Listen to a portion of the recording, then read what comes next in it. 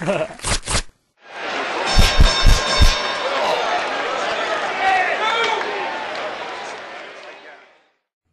right, boys, welcome to another episode of Fight Stories. John Moses, Tyler Morrison.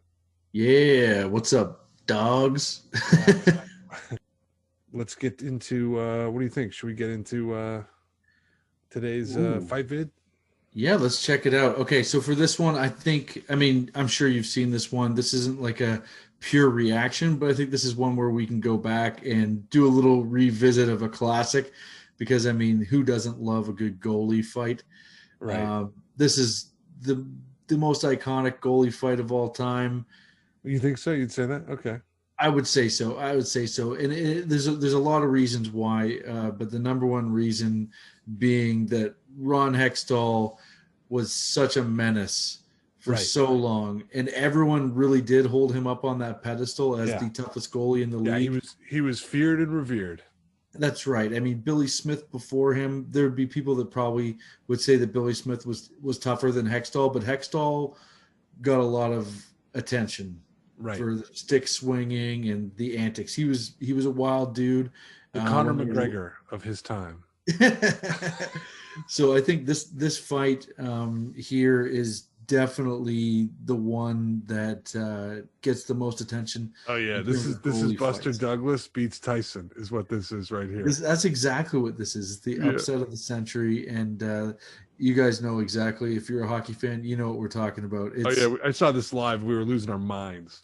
Oh man, I still remember watching it. It was tough for me because I loved Hextall. But Felix Potvin was probably my favorite goalie at the time because I'm a Leaf fan. Of course, first and foremost. I love Hextall. I had a poster of Hextall, but I also had a poster of Potvin. So, this is, two childhood heroes going at it. Yeah. Felix Potvin, Ron Hextall. Let's pull this fight. Domi Daniels fight. One sec. And it'll end up 3-1 Philadelphia. This fight isn't over yet. Oh, there's Clark.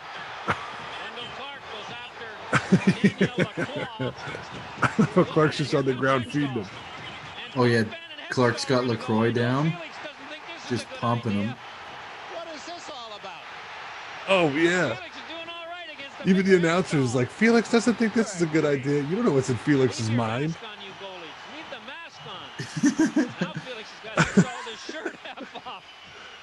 Oh man, and Hextall's kind of got the jersey coming off.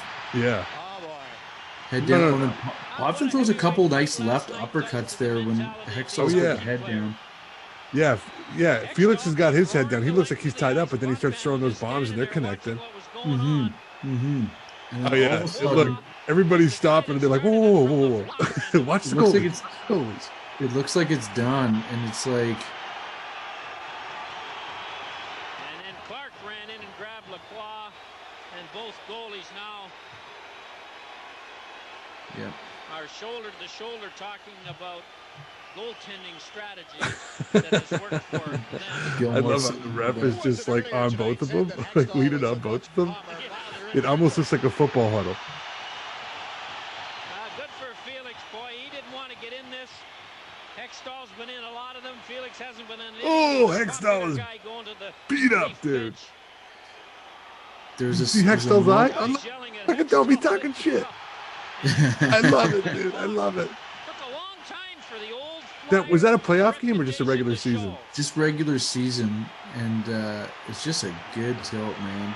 Such good rough games in Philly. Do you remember that fight where Domi went in the penalty box and then a guy leaned on the glass and fell in and Domi started pumping him?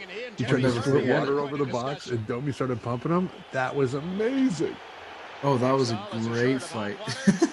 Or a great moment. Seeing the guy who thinks he's invincible.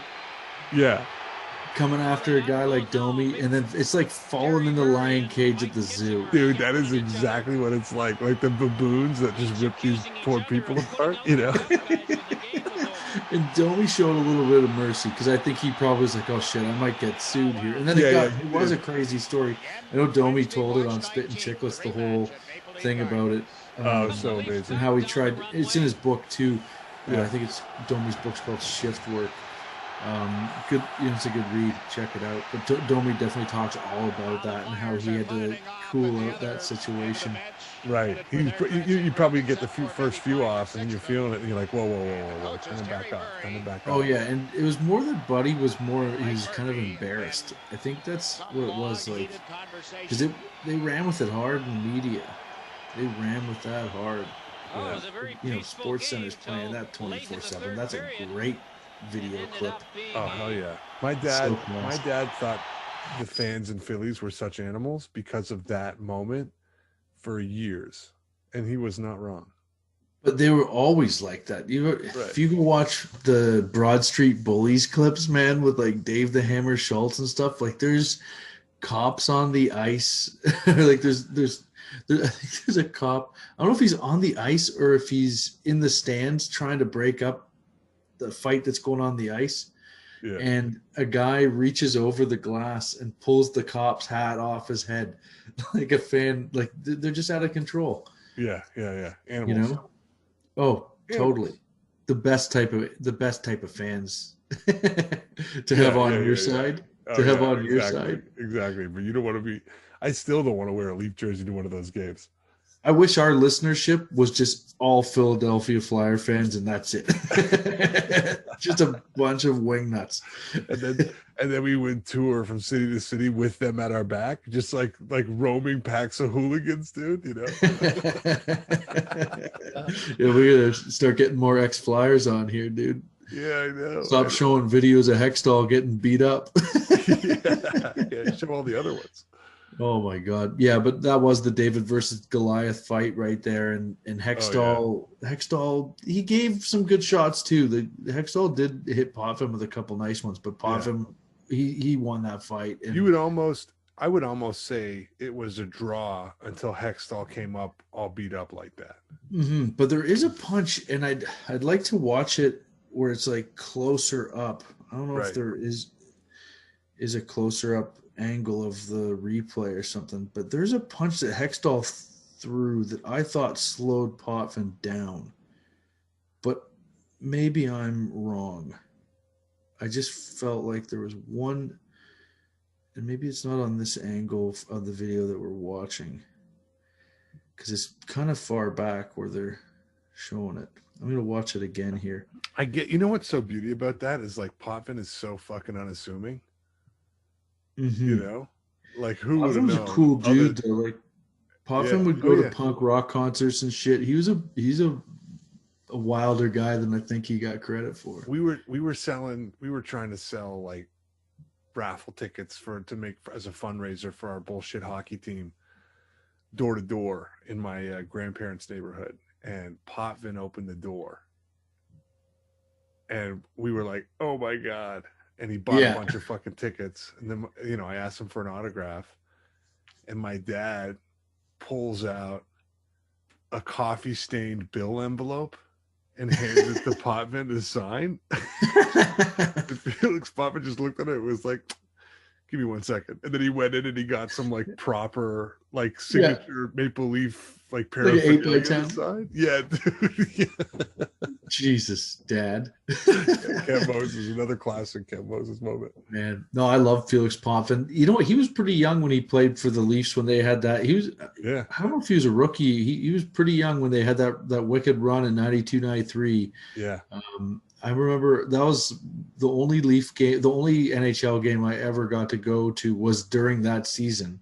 Oh, wow. Potvin wasn't playing, though. It was Damian Rhodes was in net. It was untelevised at Maple Leaf Gardens against the Edmonton Oilers. Bill Ranford in net. Leafs win 5-2. Fucking greatest to see that team during – like, that's my favorite Leaf team ever. Yeah. I remember sleeping outside of the Gardens to get playoff tickets that year. And then, like, as fucking young teenagers – and then you found out, like, how many years later that you could have just fucked a guy at Maple Leaf Gardens? What happened was I did fuck a guy, and he had nothing to do with the tickets at all. It was just that's just what Church and Jarvis is. So, anyway, great scrap, great Potvin moment, great moment in Leaf folklore. Absolutely.